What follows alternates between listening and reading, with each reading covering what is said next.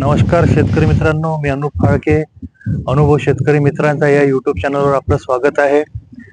अनुभव शेतकऱ्यांचे आपल्यापर्यंत पोहोचवावे आणि आपल्या शेतकऱ्यांचा फायदा व्हावा, आपला शेतकरी समृद्ध व्हावा, हाच आमचा हेतू. आज आपण बघूया की हळद आणि हिंग यापासून जो आपला चुरडा रोग वगैरे येतो किंवा मिरची, आता जसं मिरची आपण लावतो आहे, मिरची, टमाटर झालं, वांगी झालंय, याच्यावर जसं थ्रिप्स झाले, त्याच्यानंतर व्हाईट फ्लाय ज्याला पांढरी माशी म्हणतात, माइट्स, अशा प्रकारचे जे रोग येतात आणि त्याच्यामुळे आपल्या याच्यावर चुरडा वगैरे रोग होतो, जसे पानं असे वर वाकडे होतात. तर आपण आज बघूया की ऑर्गॅनिक पद्धतीने, सेंद्रिय पद्धतीने कीटनाशक आणि फंगीसाइड तयार करून कसं वापरलं जातं आणि त्याचं चुरड्याचं नियोजन कसं केलं जातं. तर त्यासाठी आज आपण घरगुती वस्तूंपासूनच, फक्त फुकटात म्हटलं तरी चालेल, घरगुती वस्तू जी आपल्या घरी असतात त्याच्यापासूनच आपण औषध तयार करूया. तर त्यासाठी आपल्याला सगळ्यात आधी घ्यायचं आहे एक 15 लिटर पाण्याची टाकी आणि एक एकरासाठी आपल्याला 200 लिटर पाणी घ्यायचं आहे. तर 200 लिटर पाण्याचं प्रमाण मी तुम्हाला सांगेल आणि एका टाकीत किती वापरायचं हे सुद्धा सांगेल.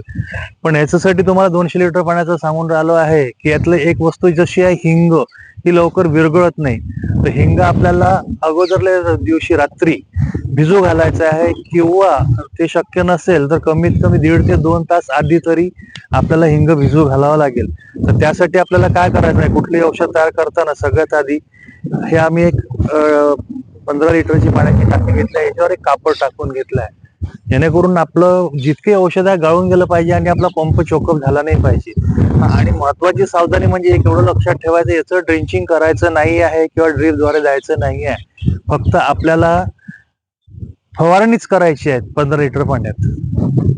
हे फक्त भाजीपाला जो आपण वाहतो, म्हणजे जसं म्हणण्याचा अर्थ, बागेत जे करतो आपण, वांगी, मिरची, टमाटर, अशा पानांची जे झाडं असतात त्याच्यावरच आपल्याला वापरायचं आहे. तर यासाठी आपल्याला सगळ्यात आधी काय करायचं, थोडं पाणी घालायचं आहे. बघा, कोणतेही औषध टाकताना थोडं टाकीत पाणी टाकलं म्हणजे औषध चांगल्या प्रमाणात मिसळलं जातं. ठीक आहे. आता यात आपल्याला टाकायचं आहे हे एक हे ताक घेतलेलं आहे आम्ही.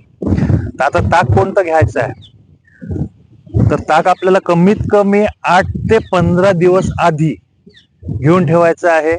एकतर जुन्या माठात, जे आपला मातीचा माठ असतो असा माठ घ्यायचा आहे ज्यातून पाणी जात नाही, जुना माठ, त्यात ताक ठेवायचं आहे, किंवा एखाद्या प्लॅस्टिकच्या ह्याच्यात, कुठल्याही मेटलच्या भांड्यात ठेवू नका. तर हे आम्ही घेतलेलं आहे एका टाकीला 300 ml ताक.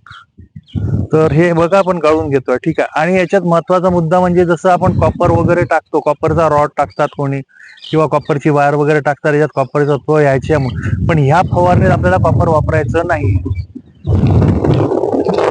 आपण याच्यात ताक घेतोय. ठीक आहे.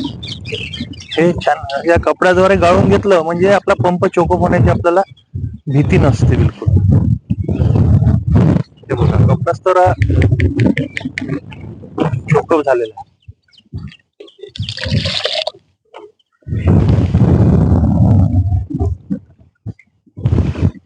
व्यवस्थित गाळून घ्यायचं आपल्याला. हे बघा, कापडातून लवकर पडत नाही. जर विचार करा, कापडातूनच जर लवकर पडत नाही, तर आपण जर डायरेक्टली याच्यात जर सरळ सरळ जर ताक आपण टाकून जर वापरलं तर आपला पंप चोकअप होऊ शकतो. म्हणून आपल्याला ताक हे गाळून घ्यायचं आहे. 300 ml एकदम आंबट ताक घ्यायचं आहे. 8 ते 15 दिवस आधी ठेवून द्यायचं आहे ताक, आणि ते आंबट ताक आपल्याला वापरायचं आहे.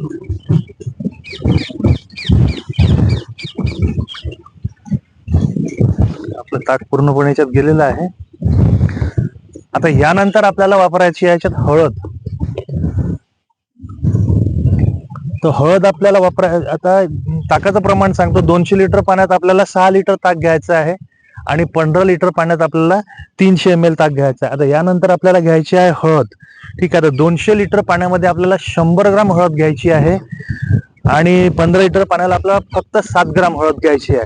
तर त्याप्रमाणे आम्ही 7 ग्राम हळद बिलकुल मोजून घेतलेली आहे. हे बघा तुम्हाला दाखवतोय ही हळद, आणि अगदी बरोबर व्यवस्थित मोजून घ्यायचं, आपल्याला प्रमाण जास्ती करायचं नाही आहे. हे बघा ही हळद घेतलेली आहे. ही हळद आपण हळद घातलेली आहे आणि हळदी सुद्धा आपल्याला पाणी करून घ्यायचं आहे छान. हळद त्यात डायरेक्टली टाकायची नाही आहे, तर छान पाणी करून घ्यायचं हळदीचं आणि त्याच्यानंतरच आपल्याला टाकीत टाकायचं आहे.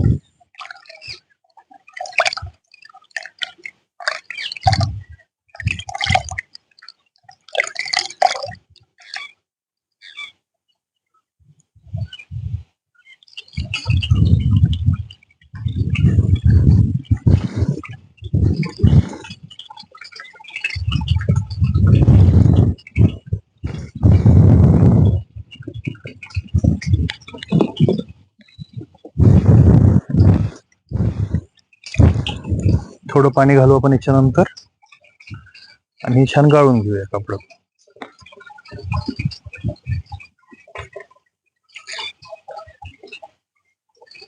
ही सावधानी नक्की ठेवायची आहे की आपण कापडाने गाळून घ्यायचं आहे, हे करून आपला पंप चोकअप होणार नाही आणि पंप आपल्याला करताना, स्प्रेइंग करताना, फवारणी करताना आपल्याला त्याचा त्रास होणार नाही. कारण ही छोटी बारीक गोष्ट आहे की गाळून घेणे वगैरे सगळ्यांना कळतं, पण हे नेमकं त्यावेळेला लक्षात राहत नाही जेव्हा आपण वापरतो.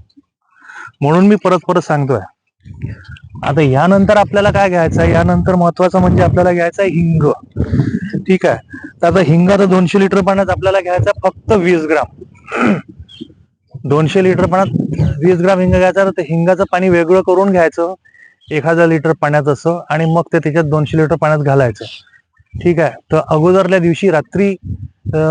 रात्री तुम्ही भिजू घाला, किंवा कमीत कमी फवारणी करायच्या 1.5-2 तास आधी तरी तुम्ही भिजू घाला, जेणेकरून हिंग आपला बारीक होईल. आणि आपल्याला फक्त 15 लिटर पाण्यात आपल्याला घ्यायचं आहे 1.5 ग्राम हिंग. तर आम्ही हिंग सुद्धा बरोबर 1.5 ग्राम मोजून घेतलेला आहे. हे दाखवा हिंग. हा हिंग 1.5 ग्राम घेतलेला आहे. आपण याच्यात 1.5 ग्राम हिंग घालू. तुम्हाला दाखवतोय मी फक्त याच्यात आता की हे बघा भिजलेला नाही आहे हिंग, ह्याला पुष्कळ वेळ लागतो.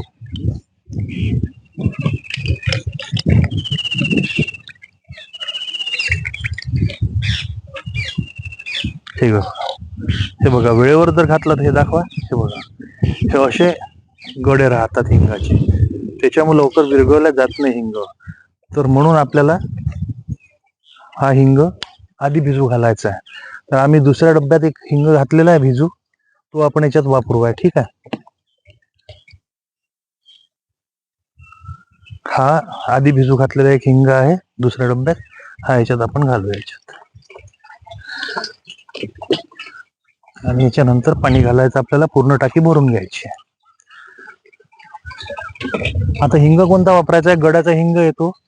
तर आम्ही गड्याचा हिंग घेतलेला नाही, कारण तो स्टोन फॉर्मेशन मध्ये असतो. त्याच्यापेक्षा असा जर डब्बीचा कुठल्याही कंपनीचा जर हिंग येतो, तो जर तुम्ही बारीक वापरला तर सोयीस्कर पडेल.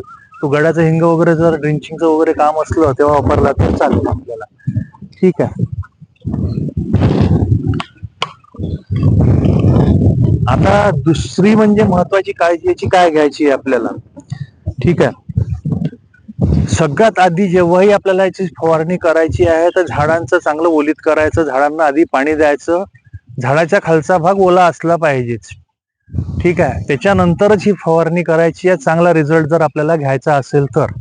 त्यानंतर दुसरी महत्वाची सावधानी म्हणजे अशी, एकतर सकाळच्या वेळेला फवारणी करा किंवा संध्याकाळच्या वेळेला फवारणी करा. अगदी जेव्हा ऊन असतं दुपारच्या वेळेला तेव्हा फवारणी करू नका, कारण याचे रिझल्ट मिळणार नाही. आता याचा फायदा असा होतो की चुरडा रोग काढायला मदत होते, जसा खोडकिडा येतो, खोडकिडा काढायला शेंडेअळी येते, शेंडेअळी सुद्धा ही दुरुस्त करू शकते. तुमच्याजवळ काही अशा माहिती असतील तर आमच्यापर्यंत नक्की पोहोचवा. आम्ही तुमचे अनुभव सुद्धा शेतकरी मित्रांपर्यंत पोहोचवण्याचे प्रयत्न करू. माहिती आवडली असेल तर व्हिडिओला लाईक करा, शेअर करा आणि सबस्क्राईब करा, आणि बेलचं आयकॉन नक्की दाबा, जेणेकरून आमचे येणारे व्हिडिओ तुमच्यापर्यंत पोहोचेल आणि तुम्हाला माहिती मिळेल. धन्यवाद.